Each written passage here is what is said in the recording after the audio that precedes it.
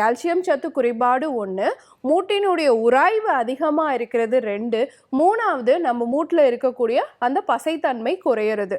இந்த 3 காரணங்கள்னால இருக்கலாம். ஸோ மூட்டு தேய்மானம் இருக்கக்கூடியவங்க உணவில் அதிகமாக கால்சியம் சத்து நிறைந்த உணவுகளும் வைட்டமின் டி சத்து நிறைந்த உணவுகளையும் சேர்த்துக்கணும். ஒரு நாளைக்கு ஒரு வேளை காலை வேலையோ அல்லது மதிய வேலையோ ராகி உணவில் சேர்த்துக்கணும். முருங்கைக்கீரை அடிக்கடி நீங்கள் சேர்த்துக்கலாம். வாரத்துக்கு ஒரு நாள் சிறுமீன் வகை, நாட்டுக்கோழி முட்டை இதெல்லாம் சேர்த்துக்கோங்க. அதுவும் குறிப்பாக பார்த்தீங்கன்னா ஆட்டுக்கால் சூப் வாரத்துக்கு ஒரு நாள் சேர்த்துக்கலாம். உடல் எடையை குறைக்கக்கூடிய பொன்னாவரை சூரணம் வாதத்தையும் குறைக்கக்கூடியதாக இருக்குது. அதே மாதிரி திரிபலா சூரணம் எடுத்து உங்கள் கட் ஹெல்த்தை பேலன்ஸ் பண்ணி உடல் எடையை கண்ட்ரோல் பண்ணி மூட்டு வலியும் கண்ட்ரோல் பண்ண முடியும். சின்ன சின்ன யோக பயிற்சிகள் நிச்சயமாக தேவை.